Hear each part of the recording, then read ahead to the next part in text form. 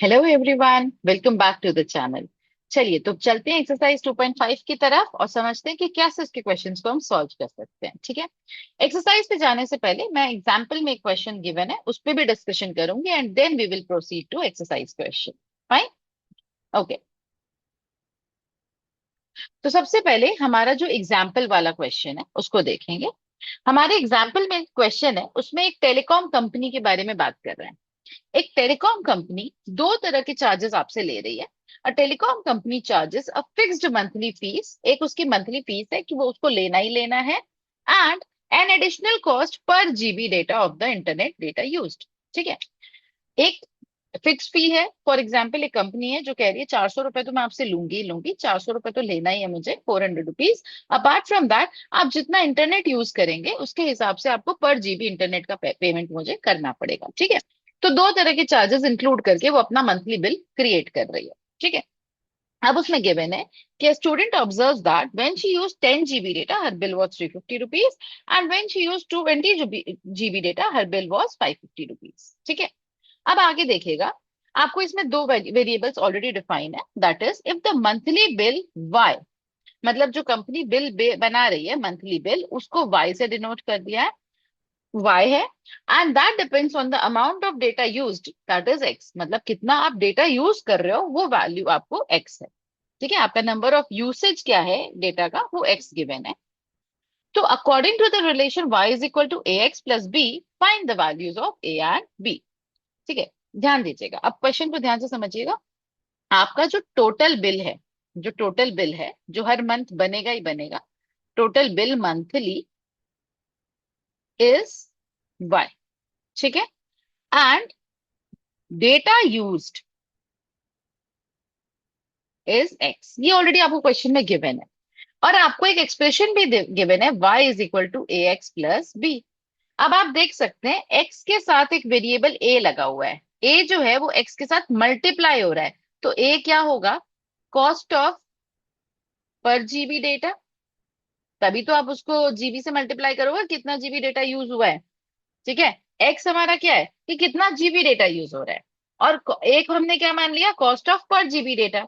Apart from that b जो है वो फिक्स्ड मंथली फीस है जो हम उस एडिशनल कॉस्ट में ऐड करेंगे। तो बी हमारा यहाँ पे क्या है? Fixed monthly fees. ठीक है। आई होप आपको क्वेश्चन के सारे पार्ट समझ में आ गए हैं। ठीक है। अब आगे बढ़ते हैं। Okay. So now what happened is, question में गिवन है कि जब एक लड़की ने, एक स्टूडेंट ने ऑब्जर्व किया कि वो 10 जीबी डेटा यूज कर रही है, यानी in case one scenario data used, that is x, is given as 10 GB. ठीक है। 10 जीबी डेटा यूज हो रहा है, ये गिवन है क्वेश्चन में। उस टाइम पे जो उसका बिल बन रहा है दैट इज 550 रुपीज, मतलब जो टोटल बिल बन रहा है, सॉरी 350 रुपीज, टोटल बिल है जो कि y की वैल्यू है वो है 350 रुपीज। ठीक है। This is in case one scenario. अगर मैं, जो मेरा एक्सप्रेशन है y is equal to a x plus b, इसमें अगर मैं पुट कर दूं अपनी x और y की वैल्यू, तो y की जगह मैंने पुट किया 350 is equal to a into x की जगह क्या पुट कर दिया 10 प्लस b। तो अगर मैं थोड़ा इसको सिंप्लीफाई करके लिखूं तो मेरी एक्सप्रेशन बन गई 10a plus b is equal to 350 rupees. This is first equation. ठीक है। I hope this is clear to everyone. ठीक है।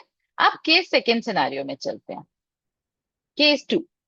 केस टू में कह रहे हैं कि उस बच्चे ने ये भी ऑब्जर्व किया when she used 20 GB data her bill was 550। मतलब अब जो डेटा यूसेज है केस टू में, जो डेटा यूसेज है that is x and that is 20 GB। ठीक है। And at that time total bill यानी y की वैल्यू कितनी है? 550 रुपीज। अब अगेन अगर मैं y is equal to a x plus b में इसकी वैल्यू पुट करती हूँ, ठीक है, तो y की जगह हमने क्या पुट करा? 550 is equal to a into x की जगह 20 प्लस b। तो अगर मैं इसको थोड़ा सिंप्लीफाई करूं तो 20a प्लस b की वैल्यू हो गई 550 rupees, and this is equation number 2। अब यहाँ पे हमारा एक कॉन्सेप्ट आता है जिसमें कि हम लीनियर इक्वेशंस इन टू वेरिएबल्स हमारे पास जनरेट हुए हैं।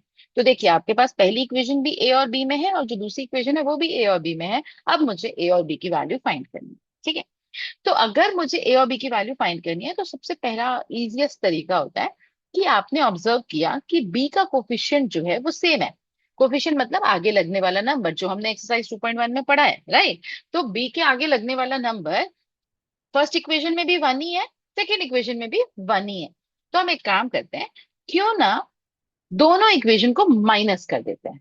सेकेंड इक्वेशन में से फर्स्ट इक्वेशन माइनस कर देते हैं। ठीक है, हमने क्या किया, second equation minus first equation करा।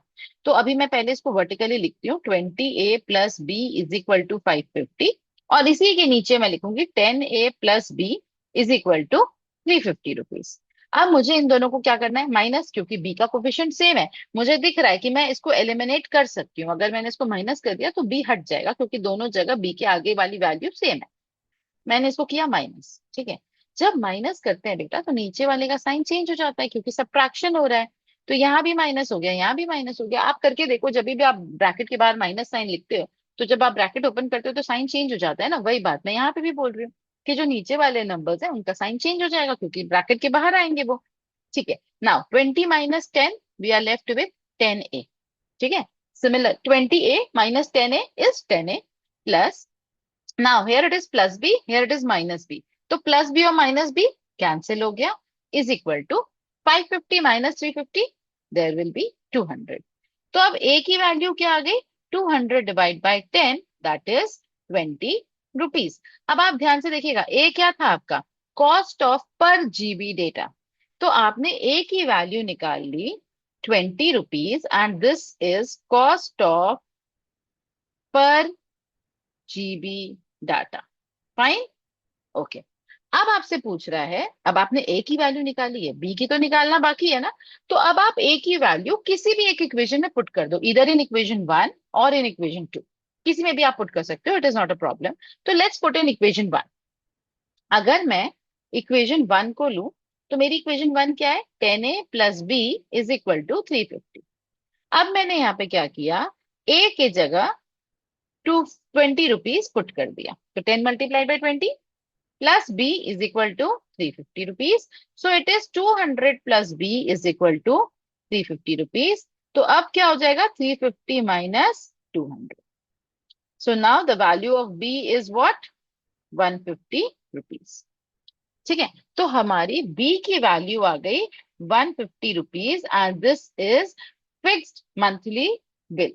ठीक है, मतलब जो फिक्स्ड चार्ज उसको लेना है, फिक्स्ड चार्ज पर मंथ। ठीक है, ये तो लेना ही लेना था उसको। अब एडिशनल कॉस्ट तो हमारा पर जीबी डेटा के हिसाब से था, तो वो हमने 20 रुपीज कैलकुलेट कर लिया। क्वेश्चन बोल रहा है find the values of a and b, and that we have done. Fine, तो आई होप आपको ये क्वेश्चन अच्छे से समझ में आ गया। बहुत इंपॉर्टेंट क्वेश्चन है और बहुत इजी है। एक बार इसको दोबारा जरूर बैक करके देखिएगा और ध्यान से सुनिएगा। फोकस बहुत ज्यादा जरूरी होता है मैथ समझने में। ठीक है, चलिए अब हम एक्सरसाइज के क्वेश्चन की तरफ चलते हैं। Let's move to exercise question and the first question. Now, similar sort of question is this. A learning platform charges fixed monthly fees, उनको fixed monthly fees लेनी ही लेनी है, और एडिशनल कॉस्ट पर डिजिटल लर्निंग मॉड्यूल एक्सेस्ड। ठीक है, आप जितने लर्निंग मॉड्यूल एक्सेस करोगे उसके हिसाब से पर डिजिटल मॉड्यूल पे उसका कुछ एडिशनल कॉस्ट होगा। जैसे अभी हमने पिछले क्वेश्चन में देखा ना, फिक्स्ड मंथली बिल तो है ही, अपार्ट फ्रॉम दैट जो एडिशनल डेटा का चार्ज था वो। सिमिलरली यहाँ पे भी है, एक लर्निंग प्लेटफॉर्म है, फॉर एग्जाम्पल एक प्लेटफॉर्म है, मैंने उसकी सब्सक्रिप्शन ले ली, तो मैंने उसके सब्सक्रिप्शन के लिए लेट्स सपोज 300 रुपीज पे कर दिया। अब उसने बोला कि ठीक है, अब आप ऐप खोल सकते हैं, 300 रुपीज आपने पे कर दिया, अब आप ऐप खोल सकते हैं, अब आप एक्सेस कर सकते हैं। बट अगर आप ये मॉड्यूल्स को एक्सेस करते हैं तो आपको पर मॉड्यूल कुछ 20 रुपीज 30 रुपीज देना पड़ेगा। तो दैट इज एडिशनल कॉस्ट। ठीक है, तो उसी की बात हो रही है। अब यहाँ दे रखा है कि एक स्टूडेंट ने ऑब्जर्व किया कि उसने 10 मॉड्यूल अगर एक्सेस करी तो उसका बिल हुआ 400 रुपीज, और जब उसने 14 मॉड्यूल्स एक्सेस करी तो उसका बिल हुआ 500 रुपीज। ठीक है, अगेन यहाँ पे आपको दो वेरिएबल ऑलरेडी एक्सप्लेन्ड है कि अगर आपका मंथली बिल देखो, monthly bill y depends on the number of module access, that is x। तो ठीक है, आपके यहाँ पे दो चीज गिवन है, एक monthly bill that is y जो कि उसको पे करना ही करना है, और number of modules accessed is x. ठीक है, अब आपको यहाँ पे एक रिलेशन दे रखा है y is equal to a x plus b. ठीक है, अगेन सिमिलर क्वेश्चन, ध्यान से देखिएगा। x के साथ a लगा हुआ है, तो x जो है वो नंबर ऑफ मॉड्यूल है, तो a क्या है, चार्ज ऑफ वन मॉड्यूल, तभी तो आप उसको x से मल्टीप्लाई कर रहे हो। तो a is cost of accessing one module. ठीक है, एक मॉड्यूल को एक्सेस करने का जो कॉस्ट है that is a, and that is multiplied by number of modules accessed that is x, and b is the fixed monthly fees जो उसको पे करना है, फिक्स्ड मंथली फीस। ठीक है, ओके। अब आप उस सिनेरियो पे चलिए जो हमारा केस वन है। ओके, केस वन में दे रखा है कि एक स्टूडेंट ने 10 मॉड्यूल्स एक्सेस करे, यानी नंबर ऑफ मॉड्यूल्स जो एक्सेस हो रहे हैं दैट इज एक्स, और उसकी वैल्यू कितनी है, 10। ठीक है, तो जो उसका बिल जनरेट हो रहा है, total bill, the total bill, total monthly bill that is y, उसकी वैल्यू आपको दे रखा है 400। तो अगर मैं अपने इसको इस इक्वेशन में पुट करूं, तो y is equal to a x plus b में y की वैल्यू हो गई 400 is equal to a multiplied by 10 plus b। ठीक है, so it will become 400 is equal to 10a plus b। थोड़ा और सिंप्लीफाई कर देते हैं, लेफ्ट हैंड साइड पहुंचा देते हैं, तो हमारा हो गया 10a plus b is equal to 400, and this is the first equation form. ठीक है, सिमिलरली अब हम केस टू की बात करेंगे। ठीक है, केस वन हो गया, अब केस टू की बात करेंगे। केस टू में देखिए कह रहा है कि अगर उसने 14 मॉड्यूल्स एक्सेस किए तो उसका बिल 500 है, यानी number of modules accessed is 14, and at that time total bill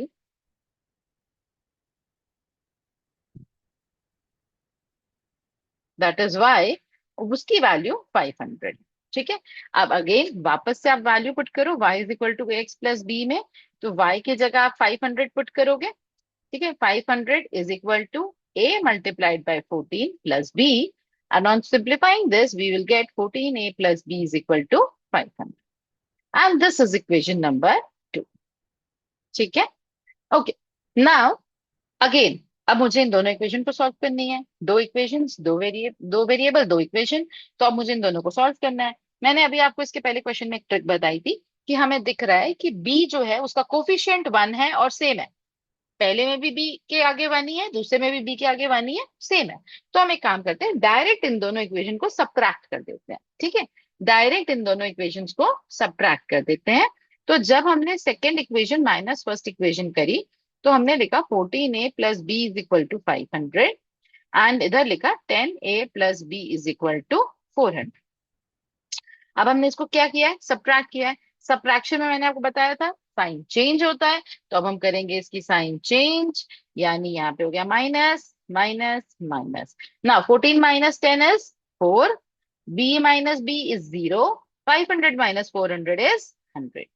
अब अगर 4a की वैल्यू 100 है तो a की वैल्यू क्या हो गई, 100 डिवाइड बाई 4 दैट इज 25। तो आप बोल सकते हो कि cost of accessing one module, therefore cost of accessing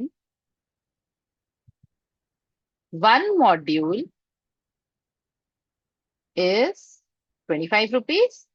fine, अब ए की वैल्यू मिल चुकी है, बट बी की भी तो वैल्यू निकालनी है, तो इस टाइम क्या करते हैं, ए की वैल्यू सेकेंड इक्वेशन में पुट करते हैं। ठीक है, या फिर फर्स्ट में ही कर लें, फर्स्ट में करें, चलो फर्स्ट में करते हैं। ठीक है, तो हमने जब फर्स्ट इक्वेशन में पुट किया that is 10a plus b is equal to 400, तो हमने 10 multiply by 25 plus b is equal to 400 कर दिया। ठीक है, तो now this is 250 plus b is equal to 400। To find the value of b हमने क्या किया, 400 minus 250, so now the value will be b is equal to 150। ठीक है, यानी क्वेश्चन में अब क्या बोला, the value of the monthly bill that needs to be paid to the company for the subscription is 150 rupees. So I can write here that that fixed monthly fees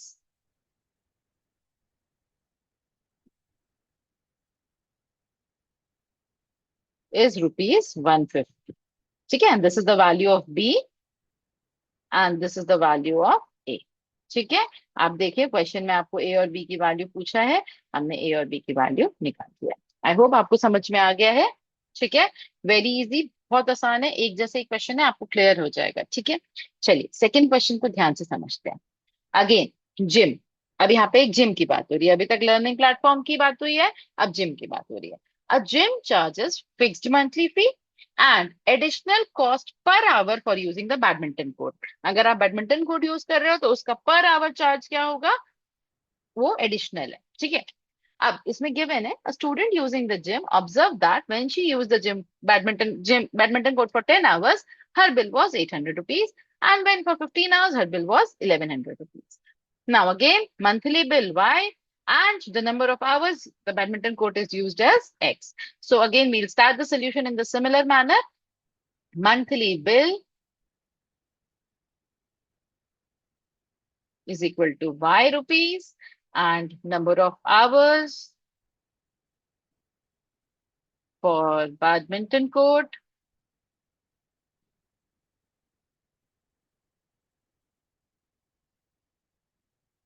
is X hour. Now again a relation is given, Y is equal to AX plus B. तो अब आप देखो X जो है वो number of hours है badminton court का, तो उसके साथ अगर A मल्टीप्लाई हो रहा है तो वो क्या है, cost of using badminton court for 1 our.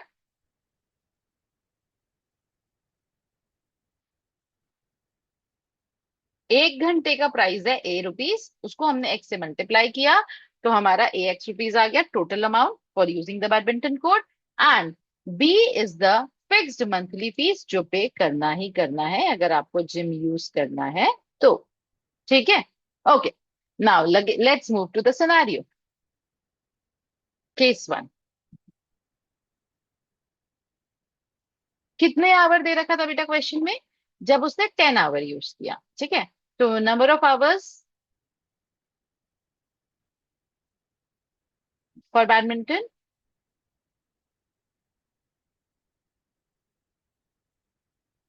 Court is 10 hour. At that time, bill value was 800 rupees। ठीक है, तो ये जो हमारी 10 आवर है ये हो गई x की वैल्यू, और ये जो 800 रुपीज है ये हो गई y की वैल्यू। तो अब अगर मैंने इस इक्वेशन में इसकी वैल्यू को पुट किया तो मुझे क्या मिलेगा, 800 इज इक्वल टू 10a+b, जिसको मैंने सिंप्लीफाई कर दिया, 10a+b is equal to 800 and this is equation number 1। I hope it is clear to everyone. ठीक है, moving to case two scenario.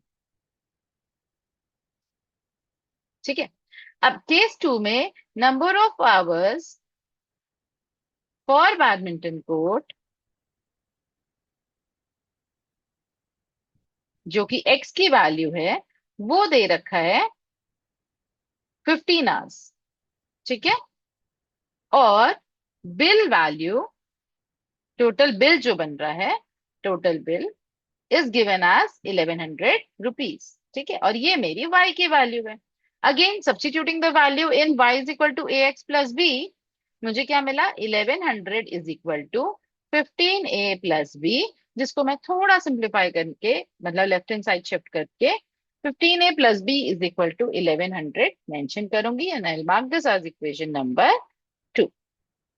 ठीक है, अब अगेन जो हम क्वेश्चन बाकी दोनों पार्ट में किए हैं, बी की वैल्यू, बी का कोफिशिएंट सेम है, बी को हम सब्ट्रैक्ट करके हटा देते हैं, तो हमने क्या किया, 2 - 1।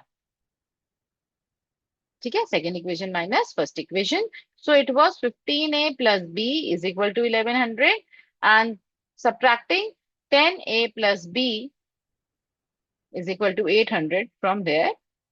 Now on subtracting sign change हो जाता है, साइन चेंज हो जाएगा, 15a - 10a 5a, b - b 0 and 1100 - 800 it is 300।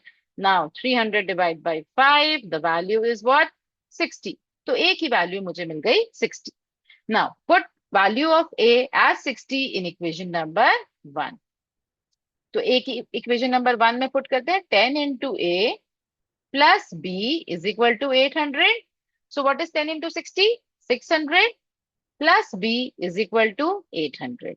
So now the value of B will be what? 200. That clearly means that 60 rupees per, this is the cost of using badminton court for 1 hour, for 1 hour is 60 rupees and 200 is the fixed monthly fees of the gym. ठीक है? So like this way we can calculate the value of A and B. ठीक है? I hope it is clear to everyone. Is it easy now? Yes? Okay. Now let's move to last question of the exercise. That is question number 3. Now, here it is already given that एक degree Celsius है और degree Fahrenheit है. दो तरीके से हम अपने temperature को मेजर कर सकते हैं. These are the two different units of the temperature. Okay, so degree Celsius and degree Fahrenheit ये दो टेम्परेचर है एंड इनके बीच में एक रिलेशन दे रखा है कि degree Celsius is equal to a degree Fahrenheit plus b, where degree Celsius is degree Celsius and degree F is degree Fahrenheit. ठीक है? अब केस दे रखा है, यहाँ पे आपको कुछ लेट नहीं करना है, यहाँ पे आपको सीधे केस दे रखा है. First case is, आपसे पूछा है find A and B. Given that ice melts at 0 degree Celsius and 32 degree Fahrenheit. यानी आइस की मेल्टिंग की बात कर रहा है कि आइस जो मेल्ट कर रही है, ठीक है, melts at 0 degree Celsius and 32 degree Fahrenheit. मतलब अब जब मैं कन्वर्जन करूंगी तो मेरी इक्वेशन कैसे बनेगी कि मैं डिग्री सेल्सियस की जगह 0 और डिग्री फ़ारेनहाइट की जगह 32 पुट करूं. So it will become 0 is equal to A multiplied by 32 plus B, which can also be written as 32A plus B is equal to 0 and mark this as equation 1. ठीक है? Similarly, second scenario में आपसे बोल रहा है water boils at 100 degree Celsius and 212 degree Fahrenheit. जो हमारा case 2 है जिसमें वाटर के बॉयल की बात कर रहा है, वाटर बॉइल्स एट कितना डिग्री सेल्सियस है? 100 degree Celsius and 212 degree Fahrenheit.